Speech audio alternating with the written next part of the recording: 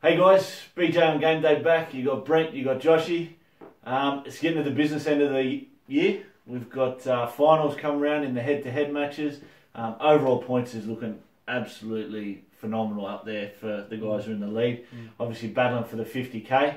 I noticed the guy who was leading, bit of a mediocre score last week, only scored mid 1100, so that's getting really interesting.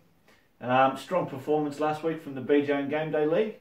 We all sort of cracked 1100. I think the lowest score was about 1180 out of our group. So yeah, not bad. We went up to ranking 72 for the league, so pretty happy with that, mate. How'd you go, buddy? Yeah, mate. 1236. Managed to crack the 1200 for 3 weeks in a row, which I guess the last few weeks have been pretty high scoring, but I'll take that. If you had said that to me 3 weeks ago, I would have taken it. But there has been some big weeks, especially the last two. Yeah. I moved up 60 places, so I guess it's progress. It's not going the other way, so that's good. But yeah, I think it might be a bit of a stretch to make the top 1,000. I think I'd be at least, maybe probably 400 or 500 off that top 1,000, which might be hard to make up in the next 4 weeks. Four pretty big weeks to get there. But stranger things have happened, mate. So we'll see what happens. What about yourself, mate? Mate, another good week for me. I think I had 13-19, so backed up the 1400 plus one last week with another good score. Solid. Jumped me up from around 2,500 up to 1,700 or so. So, mate, making a little bit of a charge for that top 1,000. In all honesty, I think I've left my run a little bit too late. The last 2 weeks are the only 2 weeks of the season that I've been inside the top 5,000. So, it hurts a little bit at the start of the season and a lot of wrong captain choices. But even this week, mate, it wasn't really looking too flash come to Sunday. I think I mentioned in last week's video that I left my captain choice of the Sunday, which was Nathan Cleary.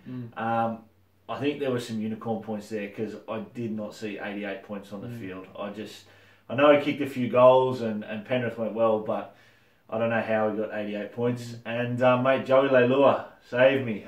Hat trick from Joey and around about 120 odd points. So that really salvaged me and got me over that 1,300. So pretty happy with that. Solid. I do remember a few years ago, I think maybe it was 2016, when I finished in the top 1,000.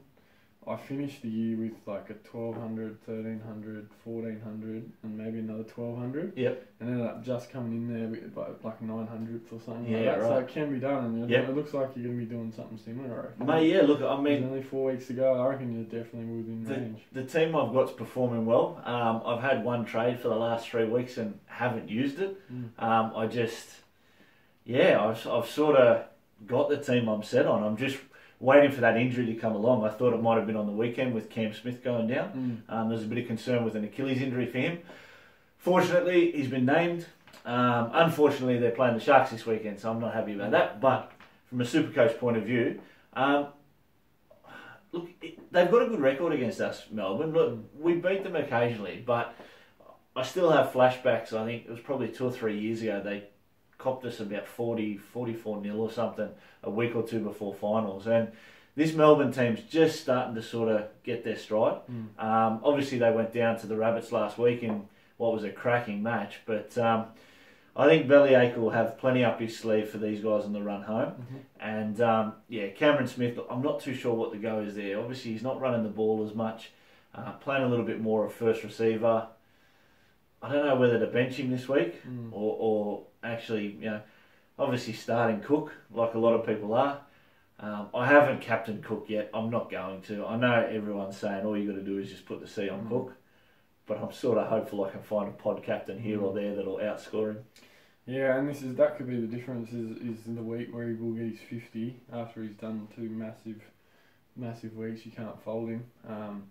That's a week where you're going to have to try and grab a bit of ground on people. Maybe that's this week against the Chooks, but in saying that, you could argue that last week against the Storm, and he made them look ordinary. I mean, he was everything the Rabbitohs are. Look, that try he scored. Yeah, wow. Yeah. I mean, there's been a lot of talk about, and everyone's mentioned this beach sprinting thing and all that kind of. He's just so quick. Yeah. Like, just for such a short stride, a little bloke, he just motors. And his football awareness, like to sneak in behind. He's burned Slater and had the vision to see out a car coming across as well. So he's definitely got a good footy brain on him. Yeah. And, yeah, I think I read something during the week. I mean, what's worse for the Bulldogs, letting go JT or letting go Cook? And you could argue, bloody the way things are going, that it could end up being Cook in this time. Yeah. So. I mean, there's already talk, obviously. We're getting to the end of the season. Everyone's pissed off with how they've gone, or they're cranky with where they're sitting on overall or on the head-to-heads. Everyone's looking to next season already. Plenty of talk about him being the first pick. He's going to be expensive. His price is going to be up there. I don't see any lapse in form from him. He might not score a ton or whatever, but you know, he's still good for a 70 to 80 odd. Yeah, and he's head and shoulders now the best hooker in the game. Yeah. You know, and that was the argument for Smith coming into this year. But I think obviously he's a bit older now. Cook's in his prime. He's now the New South Wales 9 every year, barring injury. So yeah, rightly so. I think he's head and shoulders the best player of the competition. The thing I love about Damien Cook is that he's 26. He hasn't had that brutality of 6 or 7 years of football. His body's pretty fresh considering most of these guys nowadays, to make first grade, you're sort of in there at 19 or 20. So, he's pretty fresh. He could play really, really good football for the next 5 to 6 years and, just be a mainstay in plenty of Supercoach teams. Yeah, and I think he'll go very close to Dally M. I think he's probably favourite. Yep. Had Ponga not got injured for a couple of weeks there, I'd probably say Ponga's Touch close. and go, But I think now, especially after the weekend, the only issue would be there's so many superstars in that Rabbitohs side. Maybe there were some weeks where he didn't poll, but whereas Newcastle, it was predominantly always going to be Ponga's points if they did well. But I still think he'd be up there without looking at any odds or anything like that. So they've got another massive game this week against the Roosters, Friday night. Yep. Obviously, two massive matches 2 weeks in a row. The effort that they put in against Melbourne last week, do you see that being detrimental to their chances this week against the Roosters and up and coming Roosters? I mean, potentially there's that argument made. Like you got to get up each week. If you've played a big game the week before, the turnaround for them, what they played on, was it a Saturday night? I think it's just Friday night to Friday night. Yeah, it was a Friday night game, was it? Yeah, so the turnaround's alright. I think they should be fine, but I guess we'll find out a lot about South this weekend because they're going to have to turn it on. Yep. They don't have the best run home, especially Supercoach. I think they've got to play Brisbane, they'll play... do they play Penrith? Yeah. Still as well, do they? I don't think Penrith play. A quick look, but we'll see what happens. I mean, the Roosters have are in some red hot form. Yeah. At the moment as well, so it's actually a tantalising matchup. Yeah, look, I mean, last week the Rabbits playing Melbourne, I really thought Melbourne looked a better team in that first half. They just seemed more dynamic, and then the Bunnies just turned it on through Cook in that second half. This week against the Roosters, it's a little bit of a different scenario. We've talked a little bit off air about Ryan Madison being in 5'8". The combination isn't going to be there as well with Cooper Cronk. I think it's probably a week where Teddy's going to have to step up and maybe break some guys up the middle, maybe get those Burgess boys a little bit tired, and you might see Teddy come the second half put on 70 or 80 Supercoach points just from dancing around that ruck. Yeah, and that's what I was hoping for last week against the Cows. It didn't happen. I guess there's still that a little bit of disjointness in the inside balls and stuff. I know sort of against the Dragons, Teddy scored off a nice inside ball off Keary, so they will lose a little bit there. But yeah, it's an interesting matchup. I will just say South actually have Brisbane next week, and they play Raiders, Tigers, so it's not the worst run home. But they got a good few games leading into finals. So. Mate, I said it in the first or second week of the season, watching Teddy play, and it's been the same every week since. Around every single ruck, he's there waiting to get an offload. He just has such great vision. If only the players who were hitting it up and getting those offloads had the same vision at him, they'd be even better. But I think the good thing about the Roosters now is that spread that they've got across the whole back line. Obviously, we can talk about Latrell and Blake Ferguson, but one bloke who's probably stepped up in the last 4 weeks has been Joey Manu. Now, you're a massive fan of Joey Manu, and mate, he's just been going awesome. The unsung hero in that Roosters backline. Yeah, I think he's just doing his job. He's a young bloke that's he's pretty versatile. He can play a few positions, and I think centre is his preferred position. But he's just been doing his job. He's complimented those guys well, and he showed in the last few weeks he's got some pretty handy skills on him too. And he's a big centre, big outside back. He's probably weighing around 100 kilos, so I think he's got a pretty bright future. Hence why I don't think they were too worried about losing Ferguson. You don't want to lose Ferguson, but you got a guy that's well, I mean, this is the thing. Ferguson's not getting any younger, No. He's approaching 30. He's very close. So, sometimes you've just got to look to the future. And Joey Manu definitely is it. You just hope there's one or two other ones coming through as well. Yeah, and Para missed that Radradra figure. Yeah. Maybe Fergo brings a bit of that back for him next season. So, mate, the centre wing position. We're talking about a few guys here that are key blokes in it. It seems to be the point of difference so far this season.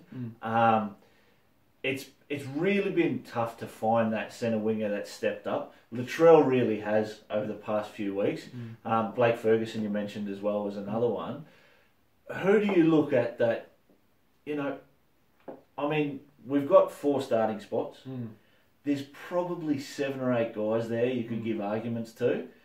Where do you pull one out of left wing, mate? Where do you pull one that people just don't have at the moment? Yeah, I guess, especially around this time of year, it's going to be, you got to be thinking about what teams have to play for as well. Yep. I mean, and I guess probably you think about even Origin. I think it looks like now someone like Latrell, and I think Teddy does this every year as well. Is that once they play Origin, that's when they start to really take it up a notch. Like Teddy's been markedly better, I think, since that series, and Latrell looks like he's just a GI junior. Yeah. But yeah, I guess you're trying to find that pod that actually offers a bit of venom and that ceiling. I guess there's a few arguments that you can make. Those wingers like David Futatua, who some people would never touch him because he's got those 10s and 20s in him, but you got to look at runs home, and the Warriors don't have too bad of a run home. But guys like that, I think Addo Carr is going to be a prime candidate, maybe even Avalu. Melbourne have got an easy run home, don't they? Yeah, so Cronulla this week. Yep. Does have the pair up on Dugan, which I think could make Dugan look silly if that stays like it does. He's not a winger and he's not quick. Dugan's not a winger, he's not quick. He's in his second week back. He didn't look that good against Manly, didn't really get that involved. Dropped a couple of high balls cold. Adokar could be the one. And I just think you take a bit of a risk because he doesn't have the base, but it doesn't really matter who he's playing, whether it's like last week against South, they got touched up and he still had some unreal displays of individual brilliance. So someone like that, I think obviously Masters, a guy like Noel Faluma, they've got the history. Yep. They might not be in as much form as they have been in the past, but they've got that pedigree and that potential to score tries, and I think they're the kind of guys you want to look at. Maybe a Mansour, I know he's fresh back from injury. But guys like that, I think, is the guys I'd be looking at. I know I've got Clint Gutherson, and I think I'm ready to trade him in. He served me well after last week. I persevered with him with a few 40s, and I finally got a nice little score, but I think I'm ready to... Named in the centres this week. Yeah, he's after lost that being a fullback spot, and they do have a tough run in the next few weeks in different. So yeah, probably looking to offload Guther and leaning towards one of those guys, I think, for sure. Any thoughts on Tyrone Peachey, mate, now that he's the fullback for Penrith? Yeah, mate, I think he's the guy that you don't mind as well. I think he's an unreal Supercoach prospect. Yep. When he's playing the right position. Yeah, that's the key with him, isn't it? He's got to have his hands on the ball. He's got that real ceiling, that blow-up potential where he can play if he's in like a 5'8" role or even a centre at times. But the fullback, I think he's an unreal prospect. Yeah. And like I said, you mentioned him, and I think if he's going to keep that fullback spot, which I think he is a delicious prospect at 490 with their run as well. Looking back, I mean, at State of Origin, it always annoys me when they've got that utility player on the bench like Milford has done in the past, where you bring them on with 8 or 10 or 12 minutes to go and expect them to light up. You don't really get the chance to warm into the game. Peachy can do that at club level from fullback. You know, what they expect him to do in the last 10 minutes of Origin, he can do that for 80 minutes at club level when he's playing fullback. So, look, if he was playing centres, he spends too much time as a utility on the bench, the same sort of thing at Penrith, but he seems to have found a little bit of a home there. I'm a little bit concerned about the doings at Penrith this week, with obviously Anthony Griffin getting the sack, Cameron Ciraldo coming on board as a temporary caretaker. Whether Cameron will have the same faith in Peachy at the back, but it's a fair call as well. Yeah, it's a fair call. I mean, and Peachy's one of those guys who just has an uncanny ability to find the trial line in random situations. So, but you're right. I think that's a very good point to make. You'll have to wait and see. Yeah. I mean, DWZ I thought was just a natural option but for some reason that's fallen away. But Griffin, that could be a sign of Griffin's lost the plot, even though he's done really well in the last couple of weeks at fullback. But yeah, mate, I think Panthers got a good run, so if he's going to keep the spot. Mate, let's talk about captains. We mentioned it earlier, everyone just sort of says Captain Cook at the moment, but I've gone Cleary the last 2 weeks. It hasn't been too bad, a 97 and 88. Hasn't reached the heights that Damien Cook has. Still not bad.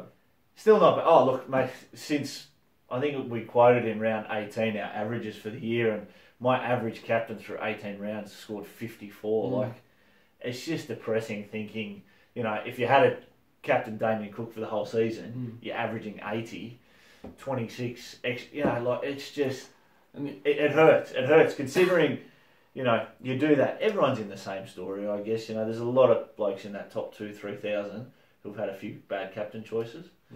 But the other thing that sucks as well is if you would decide, say, next season, you go, righto, I'm just going to leave it on Cook. I won't change it all season. Yeah.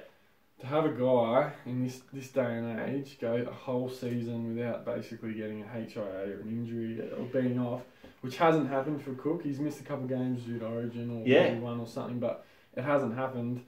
So you've always sort of not missed the boat, but there's always that something can happen these days as well, which also can make you a little bit sick. But I think next year it's something I might consider honestly in my strategy is a set and forget captain. Set and forget captain, yeah. I've just made absolute fool myself at times this year trying to pick a captain. It's sort of like, you know, I've got my little trade addiction. I just love trading. It's almost like you've got to pick a different captain every week just to sort of mess with the system. But, you know, like, I'll get you off. Mine's proof. Yeah. Average of 54 captain for the year. Yeah. Oh, it hurts. It hurts. But, mate, I'm probably thinking Cleary again. I've gone the last 2 weeks. They play the Titans this week. The Titans have the worst records against halfbacks. So, look, you know, Cleary, good form. He's got the kicking duties back. Same with, I guess, we looked on the weekend, Valentine Holmes from Cronulla had the kicking duties back there. Cleary's got him back off Maloney. I reckon I might just leave it on Cleary and hope Cookie against the Roosters maybe just has a quiet one. No, fair call, mate. Fair call.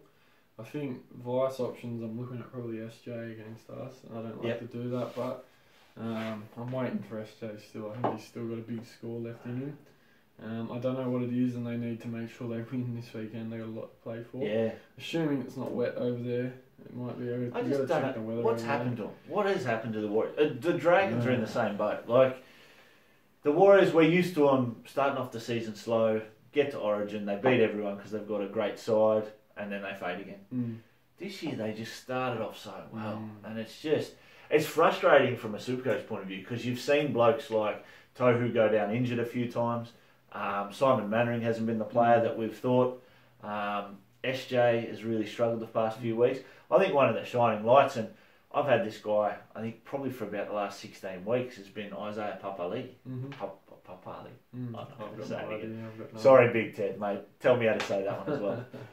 But mate, he's had a cracker of a season, and I think he threw out another 75 or something on the weekend. So, but yeah, just struggle town at the moment for the Warriors. Yeah, I mean, I didn't play SJ with it for that fact on the weekend because I wasn't too sure about that game. They played each other, so that was a bit of a risky one for a bit there. But what I will say about the Warriors was I think they're a different side with Luke, and that showed last week as well. I know they got out to a good start and they nearly lost it there, but the week before that against the Titans, no Luke, they had no direction, no Grant in that. So, well, not Grant, but you know that you talked about it. He's a leader. That Carl Lawton never went to SJ. You know, he never found his playmaker, and Isaac knows that. Isaac can do that. I think he's just experienced to know when he can go and when he doesn't need to go. That sort of thing helps him a lot. So, I think with Bully back in that side this week, and a lot to play for, and I think he's that sort of heart and soul of any club he plays for. He was with the Rabbits that year they won it, and I think if they're going to make a surge, it's got to be on the back of Isaac Luke. So now, mate, we let's go to the head-to-heads. Obviously, everything's finished with the head-to-heads. We've got our ladders sorted. We've got our top 8s and our second 8s done. Mate, the BJ and GameDay League. Mate, you got nutted on the line for the minor premiership. I did. Not only is Wayne at Hell's Grannies absolutely destroying us in total points, he took out the minor premiership with a last round surge as well. So well done, Wayno. He's going to line up against who this week? He will take on, I think it's Big Ted. Big Ted. Oh.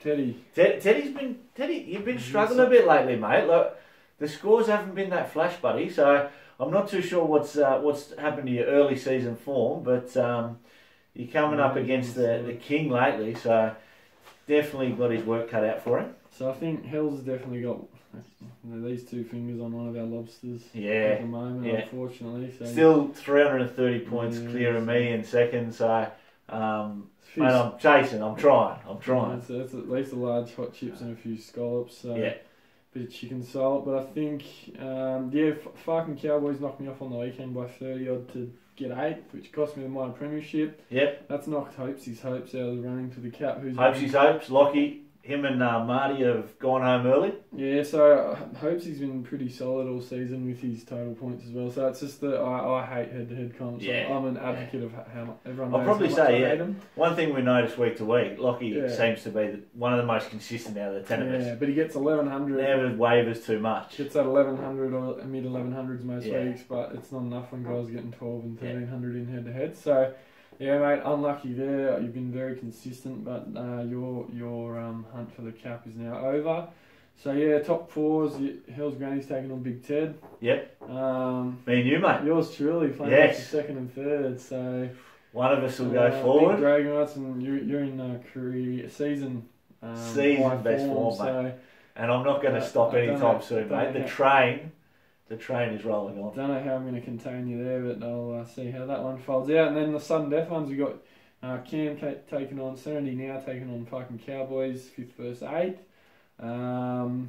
Projections I'm seeing here is a 12.43 to Cam against Mark's 12.24, which isn't necessarily an indication of anything, but gives you a rough indication. Bit of fun to look at anyway. A bit of something to go off. And then you got Adzi with Wayne Bennett. Yeah, Adzi, Bennett and Braden and Team Hope. The Hope. Yeah. So that's the other knockout semi, and very interesting to see how this final series will play out. I think there's definitely a possibility one of those guys in the bottom half of the 8 could still produce a dream. Yeah, definitely. Do the unthinkable. Look, and we can see that in the league performance itself. You know, we're ranked 72 out of how many ever leagues, so we've had a pretty good season there. Thousands. So. Obviously all of those boys, not just the top couple, but all 10 of us have contributed to that. So, nice performance there. I'm sure it'll be tight. I'm in a league here that's ranked 8,500. So there's some really. Are you the only one playing? Probably. Everyone else forgets to put their tips in. 8.5 would be the worst of it, but so there's at least probably 10,000 leagues. We got to remember, obviously, compared to us and our viewers, not everyone's as Supercoach crazy for 25 rounds of the year. So we'll continue right to the end of the season, guys. After the end of the season, we'll get together with a review of a few different things. We'll give everyone a big rap who's beat us or who's gone close.